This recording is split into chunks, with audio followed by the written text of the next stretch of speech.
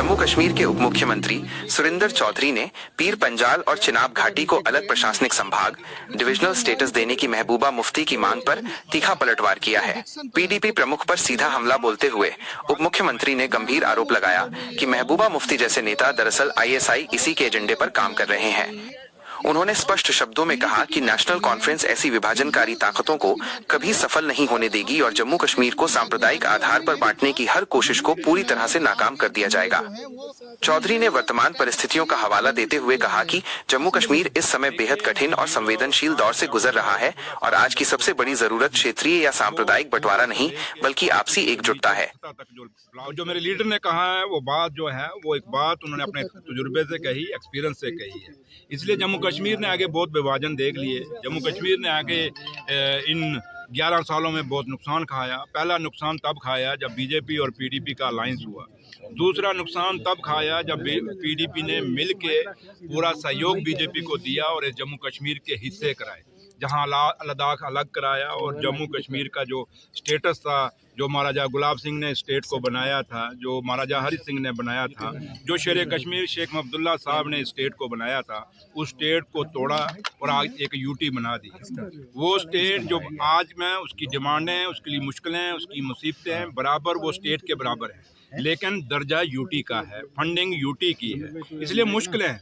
रही बात कि जो महबा जी क्या कहती हैं, ये महबा जी जब पावर में होती हैं उनके कुछ बयान होते हैं, जब वोट ऑफ पावर होती हैं उनके दूसरे बयान होते हैं। लेकिन मुझे फ़ख्र है कि मेरे लीडर और जम्मू कश्मीर का मुख्यमंत्री जनाब उमर अब्दुल्ला साहब और पार्टी के प्रेसिडेंट डॉक्टर फारूक अब्दुल्ला साहब, उनकी कथनी और करनी में फ़र्क नहीं है। वो जो आज कहेंगे वो इलेक्शन से पहले भी कह रहे थे और जब इलेक्शन दोबारा आएगा उसमें भी बातें जम्मू के हित, जम्मू कश्मीर के हित पंचाल से है। आप पीर पंचाल से खुद से आते हैं। वो कहती है डिविजनल कमिश्नर अगर वहाँ आएगा तो उधर ही आ रहे हैं, थोड़ा सा आप सब्र रखें, मेरा गाड़ी उधर ही मुड़ेगी, आप देखिए। रही बात जहाँ तक वो डिविजनल डिवाइड करने की बात है, जम्मू कश्मीर ने जब इतनी पहले नुकसान देखा जो मैं आपको बता रहा था, जो बीच में आपने मुझे टोक दिया, लेकिन आज जम्मू कश्मीर को सबसे बड़ी ज़रूरत है कि लद्दाख जो अलग हुआ था आज वो पछता रहा है। वो कह रहा है कि हमें वो स्टेट अच्छा था, ये यूटी हमारे लिए अच्छा नहीं है। तो इसलिए जब जिस लद्दाख ने अलग अपनी यूटी मांगी थी वो पछता रहा है, तो हम आज भी उसी बात पे स्टैंड करते हैं कि जम्मू कश्मीर की सबसे बड़ी डिमांड आज डिवकम कहाँ बैठे कहाँ ना बैठे, ये बात की बातें हैं। आज ये बात नहीं कि डिस्ट्रिक्ट कहाँ आए, डिस्ट्रिक्ट कहाँ ना आए, क्योंकि अगर डिस्ट्रिक्टों की बांटने की बात आए तो निशारा कब से डिस्ट्रिक्ट मांग रहा है, जिस कॉन्स्टिट्यूंसी से मैं जीत के आया। इसलिए आज बात डिस्ट्रिक्टों की नहीं है, डिवकॉमों की नहीं है। आज जम्मू कश्मीर के बच्चे की डिमांड है, उन पहाड़ों से लेके इन शहरों तक एक ही डिमांड है कि हमारा खोया हुआ दर्जा जो बीजेपी और पीडीपी ने हमसे छीना, वो स्टेट का दर्जा हमें बहाल किया जाए, हमारी ज़मीनें महफूज किया जाएं ताकि बाहर के लोग यहाँ अपने ज़मीनें ना खरीद सकें, हमारे बच्चों का रोज़गार महफूज किया जाए। आज कितने लोग बाहर से आ गए हैं जो यहाँ जम्मू कश्मीर में और ख़ासकर जम्मू के अंदर नौकरियाँ ले गए। आप इंडस्ट्री में चले जाएँ, पॉलिसी ये होनी चाहिए थी कि 70% रोज़गार हमारे बच्चों को मिलना चाहिए था, 30% बाहर को मिलना चाहिए था। हुआ उल्टा कि 70% बाहर के बच्चों को इंडस्ट्रियों में नौकरी लगी और 30% खाली जम्मू के आए, जबकि 28,000 करोड़ का पैकेज आया था। वो पैकेज किसको फ़ायदा होना चाहिए था? जम्मू कश्मीर की इंडस्ट्री को फ़ायदा होना चाहिए था, जम्मू कश्मीर के बेरोज़गार बच्चे को फ़ायदा होना चाहिए था।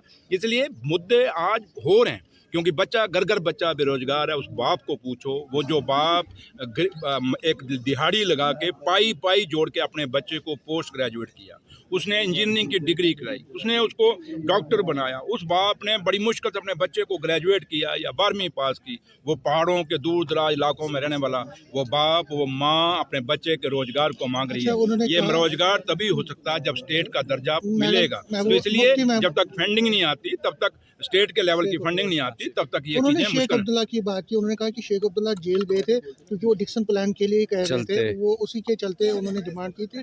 तो हमारा कोई ऐसा नहीं है, हम यूनिटी की बात कर रहे हैं, लेकिन सेपरेट डिविजनल स्टेटस। मैं बहुत सरप्राइज। जम्मू कश्मीर को चाहे किसी भी रूप में जो भी तोड़ने की कोशिश करेगा, चाहे वो स्टेट का अलग से कोई स्टेट बनाने की बात करेगा, चाहे वो जम्मू कश्मीर को किसी डिविजनल लेवल पे तोड़ने की बात करेगा, ये वो आदमी हैं, वो डिमांडें कर रहे हैं जो जिन्हा की 2 नेशन थ्योरी की बात करने की बात कर रहे हैं। ये वो लोग बात कर रहे हैं जो डिक्सन थ्योरी पे चल रहे हैं। ये वो लोग बात कर रहे हैं जो पाकिस्तान और ISI ने, जो उसको आज 77 साल हो गए, कवालियों से लेके आज तक हमेशा जम्मू कश्मीर को तोड़ने की बात पाकिस्तान ने की है। ये वो लोग हैं जो दोबारा उस पाकिस्तान के जो एक पॉलिसी है जम्मू कश्मीर को कमज़ोर करने की, तोड़ने की, उस पे चल रहे हैं। ये लोग देशभक्त नहीं है, ये लोग हिंदुस्तानी, मैं नहीं कह सकता, हिंदुस्तानी वही होएगा जो जम्मू कश्मीर को मजबूत करने की बात करेगा, जो हिंदुस्तान को मजबूत करने की बात करेगा, जो हिंदुस्तान के तिरंगे को मजबूत करने की बात करेगा। MLA ने तो इसमें रेजोल्यूशन लाया, प्राइवेट रेजोल्यूशन। आप कहाँ से, आप CID अफसर कब से बन गए?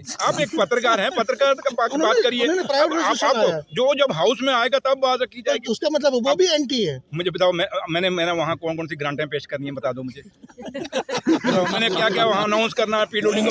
मैं PWD मिनिस्टर भी हूँ, मैं इंडस्ट्री मिनिस्टर भी हूँ, माइनिंग मिनिस्टर भी, मैं स्किल भी हूँ, एम्प्लॉयमेंट भी हूँ, लेबर भी हूँ। बताओ मैंने क्या क्या अनाउंस करना है। अगर इतने आप, मेरे ख्याल आप ये छोड़ो माइक, आप किताब उठा लो, ज्योतिषी का काम करो मेरे भाई, ये छोड़ो। ठीक है, थैंक यू।